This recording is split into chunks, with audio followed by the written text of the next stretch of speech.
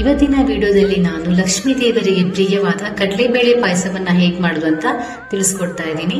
ಲಕ್ಷ್ಮಿಗೆ ಬೇಳೆಯಿಂದ ಯಾವುದೇ ಸಿಹಿ ಪದಾರ್ಥವನ್ನ ಮಾಡಿ ನೈವೇದ್ಯಕ್ಕೆ ಇಟ್ಟಿದ್ರು ಲಕ್ಷ್ಮಿ ಒಲಿತಾಳೆ ಅಂತ ಹೇಳಲಾಗ್ತದೆ. ಹಾಗೆ ಹಾಲು ತುಪ್ಪದಿಂದ ಮಾಡಿದಂತಹ ಯಾವುದೇ ಸಿಹಿ ಪದಾರ್ಥವೂ ಕೂಡ ಲಕ್ಷ್ಮಿಗೆ ಪ್ರಿಯವಾದದ್ದು.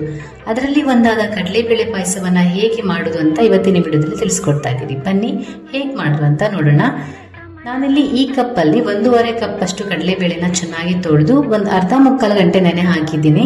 ನೀವು ನೆನೆ ಹಾಕದೇನೆ ಡೈರೆಕ್ಟ್ ಆಗಿ ಕೂಡ ಮಾಡ್ಕೊಳ್ಬಹುದು. ವಿಸಿಲ್ ಜಾಸ್ತಿ ಹಾಕೋಬೇಕಾಗುತ್ತೆ, ಅಂದ್ರೆ ಜಾಸ್ತಿ ಹೊತ್ತು ಬೇಯಿಸ್ಕೊಳ್ಬೇಕಾಗುತ್ತೆ. ನೀವು ಕುಕ್ಕರ್ಗೂ ಕೂಡ ಹಾಕ್ಬೋದು, ಇಲ್ಲಾಂದ್ರೆ ಹಾಗೇನೆ ಬೇಯಿಸ್ಕೊಳ್ಬಹುದು. ನಾನು ನೆನೆ ಹಾಕಿರುವಂತ ಬೇಳೆನ ಕುಕ್ಕರ್ಗೆ ಹಾಕಿ ಅದು ಮುಳುಗುವಷ್ಟು ನೀರು ಹಾಕಿ 3 ವಿಸಿಲ್ ಕುಕ್ಕರಲ್ಲಿ ಹಾಕೊಂಡಿದ್ದೀನಿ. ಜಾಸ್ತಿ ಮೆತ್ತಗಾಗಬಾರ್ದು. ಇದು ನಾವು ಪಾಯಸ ತಿನ್ಬೇಕಾದ್ರೆ ಬಾಯಿಗೆ ಸಿಗ್ಬೇಕು, ಅವಾಗ ಚೆನ್ನಾಗಿರುತ್ತೆ ಟೇಸ್ಟು. ನೀವು ಕುಕ್ಕರಿಗಲ್ಲ ಅಂದ್ರೂ ಓಪನ್ ಆಗಿ ಕೂಡ ಬೇಯಿಸ್ಕೊಳ್ಬಹುದು. ಇದನ್ನ ಜಾಸ್ತಿ ನೀರನ್ನು ಹಾಕಬೇಡಿ, ಯಾಕಂದ್ರೆ ನಾವು ಆ ನೀರನ್ನ ಪಾಯಸಕ್ಕೆ ಯೂಸ್ ಮಾಡೋದ್ರಿಂದ ನೀವು ಜಾಸ್ತಿ ನೀರು ಹಾಕಿದ್ರೆ ಪಾಯಸ ಕೂಡ ನೀರಾಗುತ್ತೆ. ಇವಾಗ ತೆಂಗಿನಕಾಯಿ ಹಾಲಿಗೆ ನಾನೇನು ಬೇಳೆ ತಗೊಂಡಿದ್ದೀನಿ ಆ ಕಪ್ಪಲ್ಲಿ 2.5 ಕಪ್ ಅಷ್ಟು ತೆಂಗಿನಕಾಯಿ ತುರಿ ಹಾಕಿದ್ದೀನಿ. ಹಾಗೆ ಒಂದು 4 ಏಲಕ್ಕಿ ಮತ್ತೆ ಒಂದು ಅರ್ಧ ಗಂಟೆ ನೆನೆಸಿರುವಂತಹ 1 ಟೇಬಲ್ ಸ್ಪೂನ್ ಅಕ್ಕಿನ ಹಾಕಬೇಕು. ಇದರಿಂದ ಪಾಯಸ ಸ್ವಲ್ಪ ಗಟ್ಟಿಯಾಗಿ ಬರುತ್ತೆ. ನೀವು ಇದನ್ನ ತೆಂಗಿನಕಾಯಿ ಹಾಲು ಅಲ್ಲದೇನೆ ಈ ತರ ನಾವೇನು ಇವಾಗ ತೋರಿಸ್ತಾ ಇದ್ದೀನಿ ಅದನ್ನೇ ಕೂಡ ಡೈರೆಕ್ಟ್ ಆಗಿ ಹಾಕ್ಬೋದು. ನಾನಿಲ್ಲಿ ಹಾಲು ಹಾಕಿ ಮಾಡ್ತಾ ಇದ್ದೀನಿ. ಇವಾಗ ಇದನ್ನ ಶೋಧಿಸ್ಕೊಂಡು ಇದರಿಂದ ಹಾಲನ್ನ ತೆಕ್ಕೊಳ್ಳೋಣ.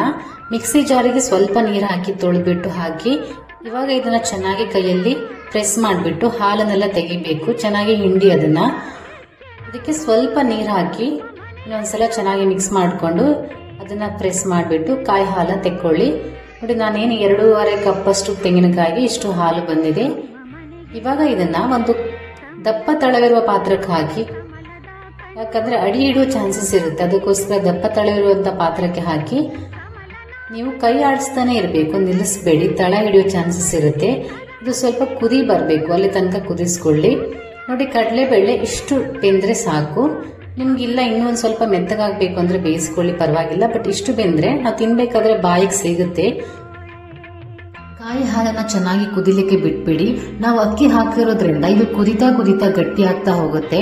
ಅಂದ್ರೆ ಗಟ್ಟಿ ಆಗಿರ್ಬೇಕು. ಇದು ನೀರಾದ್ರೆ ನಾವು ಇನ್ನ ಬೇಳೆ ಹಾಕಬೇಕು, ಬೇಳೆ ಬೇಯಿಸಿರೋ ನೀರನ್ನು ಕೂಡ ಹಾಕೋದ್ರಿಂದ ಇನ್ನ ನೀರಾಗಿ ಹೋಗುತ್ತೆ. ನೋಡಿ, ಈ ತರ ಗಟ್ಟಿ ಆಗ್ತಾ ಬರ್ತಿದ್ದ ಹಾಗೆ ಬೇಳೆನ ಬೇಯಿಸ್ಕೊಂಡಿರುವಂತ ನೀರನ್ನ ಆಡ್ ಮಾಡ್ಕೊಳ್ಳಿ.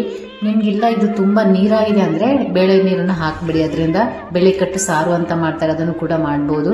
ನೋಡಿ, ಈ ತರ ಚೆನ್ನಾಗಿ ಕುದಿ ಬಂದ್ಮೇಲೆ ನಿಮ್ಗೆ ರುಚಿಗೆ ಎಷ್ಟು ಬೇಕು ಅಂತ ನೋಡ್ಕೊಂಡು ಬೆಲ್ಲ ಹಾಕಿ, ನಾನು 1 ಕಪ್ ಬೆಲ್ಲ ಹಾಕಿದ್ದೀನಿ. ಇದನ್ನ ಚೆನ್ನಾಗಿ ಒಂದ್ಸಲ ಮಿಕ್ಸ್ ಮಾಡ್ಕೊಂಡು ಬೆಲ್ಲ ಎಲ್ಲ ಕರಗೋ ತನಕ ಚೆನ್ನಾಗಿ ಕುದಿಸ್ಕೊಳ್ಳಿ. ನಾವು ಕಾಯಿ ಹಾಲು ಹಾಕಿರೋದ್ರಿಂದ ಚೆನ್ನಾಗಿ ಕುದಿಬೇಕು, ಇಲ್ಲ ಅಂದ್ರೆ ಪಾಯಸ ಬೇಗ ಹಾಳಾಗೋ ಚಾನ್ಸಸ್ ಇರುತ್ತೆ. ನೋಡಿ, ಬೆಲ್ಲ ಎಲ್ಲ ಚೆನ್ನಾಗಿ ಕರಗಿದೆ. ಇವಾಗ ಇದಕ್ಕೆ ಬೇಯಿಸ್ಕೊಂಡಿರುವಂತ ಬೇಳೆನ ಆಡ್ ಮಾಡ್ಕೊಳ್ಳೋಣ. ಬೇಳೆ ಎಲ್ಲ ಆಡ್ ಮಾಡ್ಕೊಂಡ್ಮೇಲೆ ಸ್ವಲ್ಪ ಉಪ್ಪು ಹಾಕೊಳ್ಳಿ.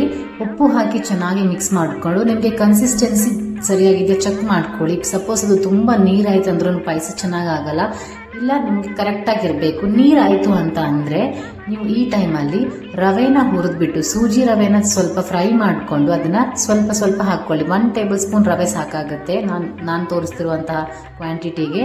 ಅದನ್ನ ಹುರಿದು ಸ್ವಲ್ಪ ಸ್ವಲ್ಪ ಹಾಕೊಂಡು ಪಾಯಸಕ್ಕೆ ಹಾಕಿ ಚೆನ್ನಾಗಿ ಮಿಕ್ಸ್ ಮಾಡ್ಕೊಳ್ಬೇಕು. ನೀವು ಒಂದೇ ಸಲ ಹಾಕಿದ್ರೆ ಅದು ಗಂಟಾಗೋ ಚಾನ್ಸಸ್ ಇರುತ್ತೆ, ಹಾಕಬೇಡಿ. ಹಾಗೆ ಸ್ವಲ್ಪ ಸ್ವಲ್ಪ ಆ್ಯಡ್ ಮಾಡಿಕೊಂಡು ಮಾಡಿದ್ರೆ ಕನ್ಸಿಸ್ಟೆನ್ಸಿ ಕರೆಕ್ಟ್ ಆಗಿ ಬರುತ್ತೆ. ಲಾಸ್ಟಿಗೆ ತುಪ್ಪದಲ್ಲಿ ಗೋಡಂಬಿ, ದ್ರಾಕ್ಷಿ, ಬೇಕಿದ್ರೆ ಬಾದಾಮಿನೂ ಕೂಡ ಕಟ್ ಮಾಡಿ ಹಾಕಿದ್ರೆ ಕಡಲೆಬೇಳೆ ಪಾಯಸ ರೆಡಿಯಾಗಿ ಹೋಗುತ್ತೆ. ಈ ವರ್ಷದ ವರಮಹಾಲಕ್ಷ್ಮಿ ಹಬ್ಬಕ್ಕೆ ನೀವು ಇದನ್ನ ಮಾಡಿ ನೈವೇದ್ಯಕ್ಕೆ ಇಡಿ. ತುಂಬಾ ಟೇಸ್ಟಿ ಹಾಗೆ ಸಿಂಪಲ್ ಆಗಿ ಮಾಡುವಂತ ಕಡಲೆಬೇಳೆ ಪಾಯಸ ರೆಡಿಯಾಗಿ ಹೋಯಿತು. ನೋಡಿ, ಈ ರೆಸಿಪಿ ನಿಮ್ಗೆ ಇಷ್ಟ ಆದ್ರೆ ನಿಮ್ಮ ಫ್ರೆಂಡ್ಸ್ ಅಂಡ್ ಫ್ಯಾಮಿಲಿಗೂ ಶೇರ್ ಮಾಡಿ. ಹಾಗೆ ನನ್ನ ಚಾನಲ್ನ ಸಬ್ಸ್ಕ್ರೈಬ್ ಮಾಡ್ಕೊಳ್ಳಿ. ಮತ್ತೆ ಸಿಗುವ. ಟೇಕ್ ಕೇರ್, ಬಾಯ್.